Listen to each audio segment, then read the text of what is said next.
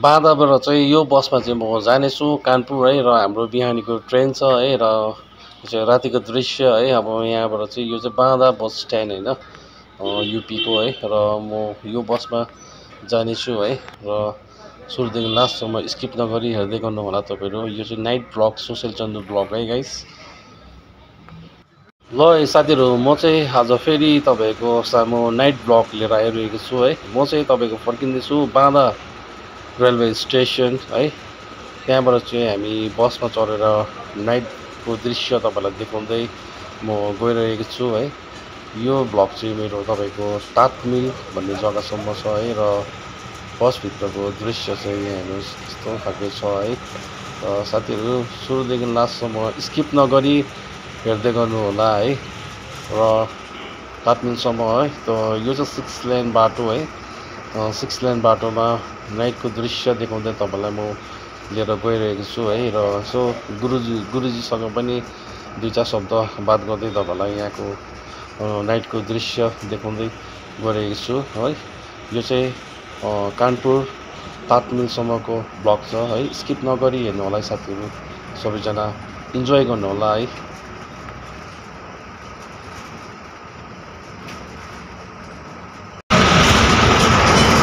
यो चाहिँ साथीहरू नेसनल हाइवे 2 दिल्ली भाया कलकत्ताको रोड है। यहाँ चाहिँ तपाईँलाई देखाएर 6 लाइन है। म चाहिँ आज नाइट ट्राभल गरिरहेको छु हो। र नाइट ट्राभलको दृश्य तपाईँलाई देखाउँदै गइरहेको छु है।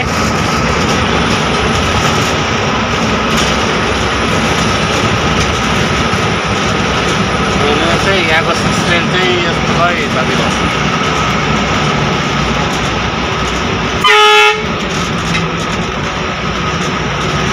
नेसनल हाइवे 2 है यो चाहिँ।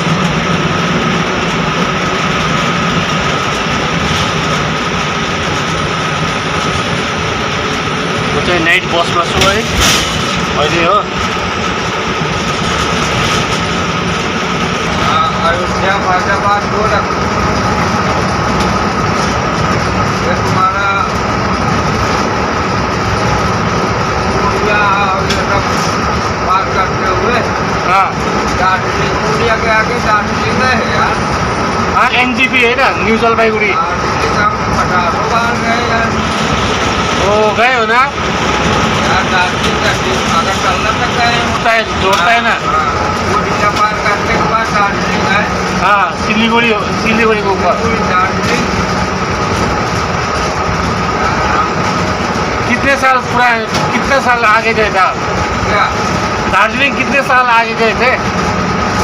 दार्जिलिंग हम 5-7 साल पहले जब चला के ट्रक, हाँ तब दार्जिलिंग गए। कब गए थे? 5 साल पहले चला हम 4 साल।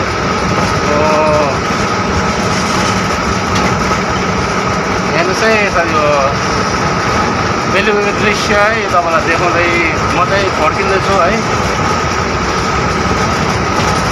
म चाहिँ यहाँबाट तपाईँको मकवाबाट अहिले म कानपुर है जाँदैछु, बाटोमा छु। यो 6 लाइन हाइवे है, इन्टरनेसनल हाइवे 1। यहाँ चाहिँ हाम्रो गुरुजीले ड्राइभ गर्दै लगिरहेको छ हामीलाई हो।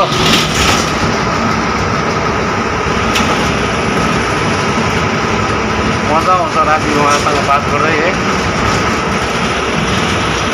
मेबी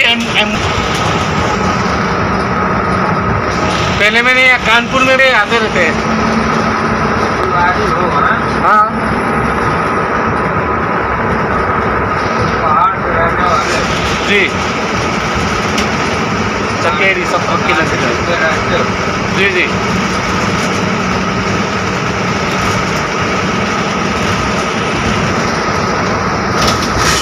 कितने बजे तक पहुंच जाएंगे हम अभी कानपुर?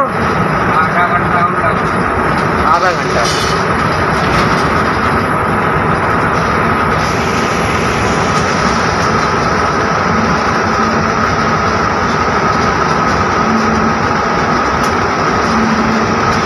घन्टामा चाहिँ गुरुजीले कानपुर उतार्ने रहेछ साथीहरू।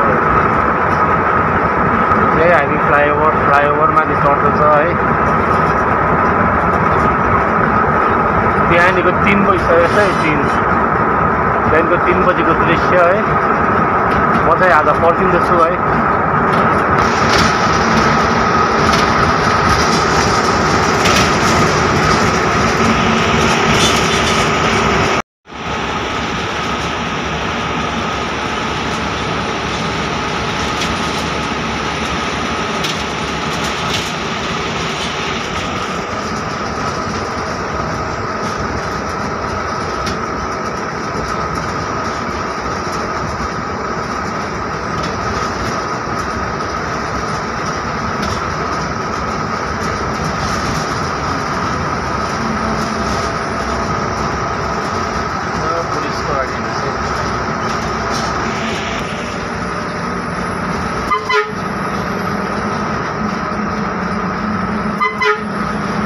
ओभरटेकिङ गर्ने रोड यहाँ चाहिँ 6 लाइनमा चाहिँ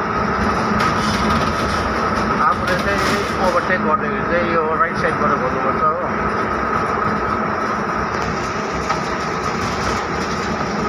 आफ्नो साइड पनि हो, ओभरटेकिङ पनि यहाँबाट हुन्छ हो।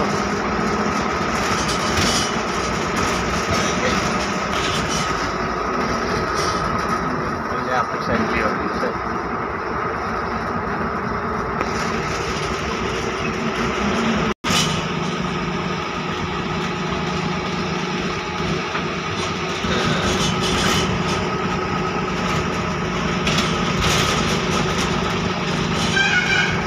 साथीहरू। हामी कानपुर सिटी इन भइसकेका छौँ है, र हामी चाहिँ रेलवे स्टेसन जानेछौँ।